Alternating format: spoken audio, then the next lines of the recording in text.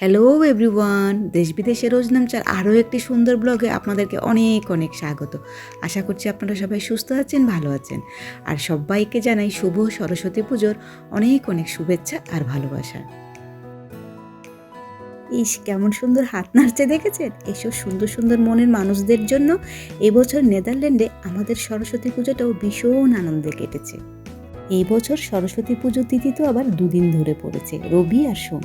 দেশে তো দেখলাম বেশিরভাগই সব সোমবার পুজো করেছে, তবে আমরা এখানে করেছি রবিবার, যেহেতু এখানে রবিবার সবার ছুটির দিন। আর সরস্বতী পুজোতে তো এখানে স্কুলে কোনো ছুটি থাকে না, তাই সরস্বতী পুজোটা আমরা রবিবারেই করেছি। যেহেতু বন্ধুর বাড়িতে এবার আমরা সবাই মিলে সরস্বতী পুজোর আয়োজন করেছি, তাই সকাল সকাল ঘুম থেকে উঠে আগে নিজের বাড়ির পুজোটা সেরে নিয়েছি। তারপর আমরা দুপুর ওই 12টার দিকে চলে এসেছি বন্ধুর বাড়িতে। আর ওর বাড়িতে এসে দেখি জায়গাটাকে ও আগের দিনে বেশ সুন্দর করে সাজিয়ে রেখেছে, আর বাকি কাজটুকু তো সবাই মিলে একসঙ্গে হাতে হাতে করে নিয়েছি।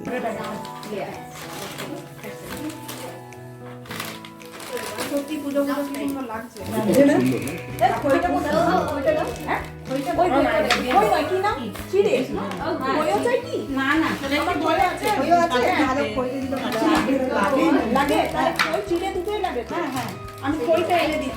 দই চিড়ে দই। দেশ থেকে এত দূরে নেদারল্যান্ডে বসে আমরা পুজোর আয়োজন করছি, অথচ একটি বারের জন্য মনে হয়নি আমরা দেশের বাইরে আছি। কি সুন্দর একটা পুজো পুজো আমেজ। আমরা বাচ্চার মায়েরা তো এদিকে পুজোর আয়োজন করছি, আর ওদিকে বাচ্চার বাবারা আর বাচ্চারা সবাই একসঙ্গে বসে কি সুন্দর আনন্দ করছে, মজা করছে, গল্প করছে। দেশ থেকে এত দূরে বিদেশের মাটিতে যাদের শৈশব কাটে, তারা কিন্তু দেশের যে পুজোর একটা আমেজ আছে সেটা কেমন হয় তারা সেটা জানেই না। আর আমার মেয়ে ছাড়া বাকি বাচ্চাদের তো আবার এদেশেই বড় হয়ে ওঠা, তারা বাংলাও ঠিক করে বলতে পারে না। আর এদিকে হাতে হাতে আমাদের পুজোর আয়োজনও প্রায় শেষ। বিদেশের মাটিতে পুজোর আয়োজনে ছোটোখাটো ত্রুটি থাকলেও মন থেকে কিন্তু আমরা একেবারে খাঁটি বাঙালি। কুল বেলপাতা পাওয়া না গেলেও বিদেশি ফল মূল ফুলে মায়ের আরাধনার বন্দোবস্ত কিন্তু বেশ ভালোই হয়েছে।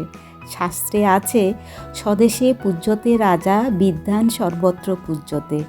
কুলের পরিবর্তে বেরিস, গাঁদা পলাশের পরিবর্তে টিউলিপ, সঙ্গে আবার ক্যাডবেরিও রয়েছে মায়ের ভোগে।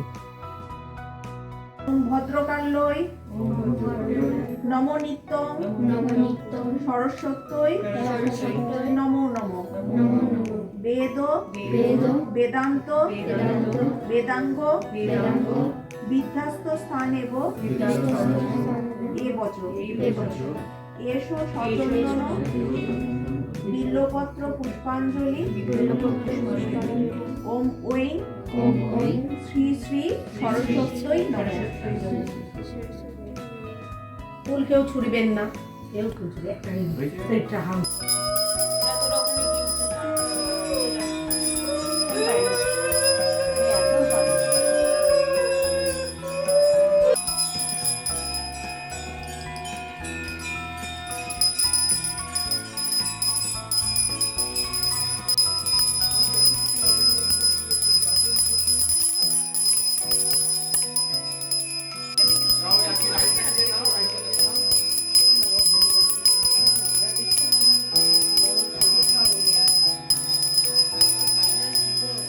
বিদেশের মাটিতে আমরা যারা ছেলে মেয়েদের নিয়ে আছি, কিংবা বলা ভালো যাদের বাচ্চারা ছোট থেকে বিদেশের মাটিতে বড় হচ্ছে, তাদের বাবা মায়েরা সবসময় চেষ্টা করে তাদের ছেলে মেয়েদেরকে একটু দেশীয় সংস্কৃতির সংস্পর্শে রাখতে।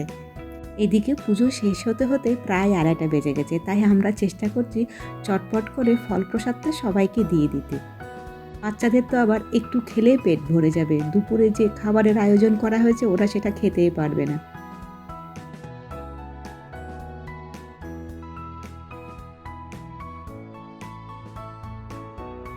এটা হচ্ছে আমাদের দুপুরের আয়োজন।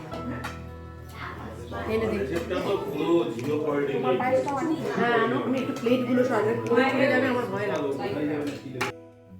আর শুনলেন তো, ওদিকে তো সৌমি আপনাদের বলেই দিল এটা হচ্ছে আমাদের দুপুরের খাবারের আয়োজন। দুপুরের খাবারের মেনুতে ছিল খিচুড়ি, লাবড়ার তরকারি, চাটনি, পায়েস আর বেগুনি।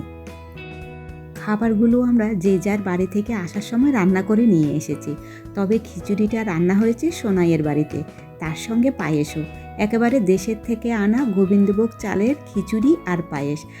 খিচুড়িটা এত ভালো খেতে হয়েছিল যে কি বলবো। বাড়িতে যতই খিচুড়ি রান্না হোক না কেন, পুজো আচার সময় যে খিচুড়ি ভোগ রান্না করা হয় তার স্বাদ যেন অমৃতের মতো লাগে।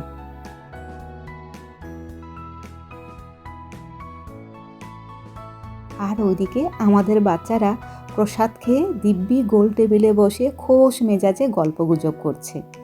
আমাদের দেশে তো সরস্বতী পুজো উপলক্ষে বাচ্চাদের কত আনন্দ হয়, স্কুল ছুটি থাকে, আবার বাড়ির পুজোর শেষে সবাই কি সুন্দর শাড়ি পাঞ্জাবি পরে স্কুলে যায়। তবে অতখানি না হলেও ওদেরকে এইটুকু আনন্দ দিতে পেরে আমাদের বেশ ভালো লাগছিল। আমি আচার খাই না, আচার বানিয়ে ঘি বানিয়ে তিল দিয়ে এই যে চালের খিচুড়ি খাচ্ছ, এটা আমার হ্যাঁ মানে না না, একটু বাদে একটু বাদে।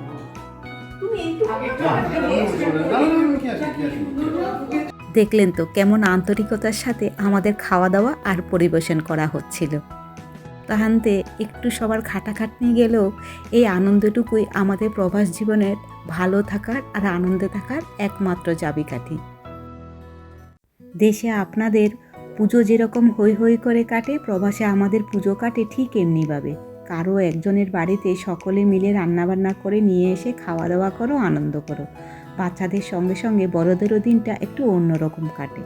আর সঙ্গে রইল আমাদের পুজোয় কাটানো কিছু সুন্দর সুন্দর মুহূর্তের ছবি। ব্লগটি তাহলে আজ আমি এখানে শেষ করছি। আর ব্লগটা কেমন লাগলো অবশ্যই জানাবেন। তা হচ্ছে খুব শিগগিরই আগামী কোনো ব্লগে। ততক্ষণের জন্য বাই বাই। সবাই সুস্থ থাকবেন, ভালো থাকবেন আর আনন্দে থাকবেন।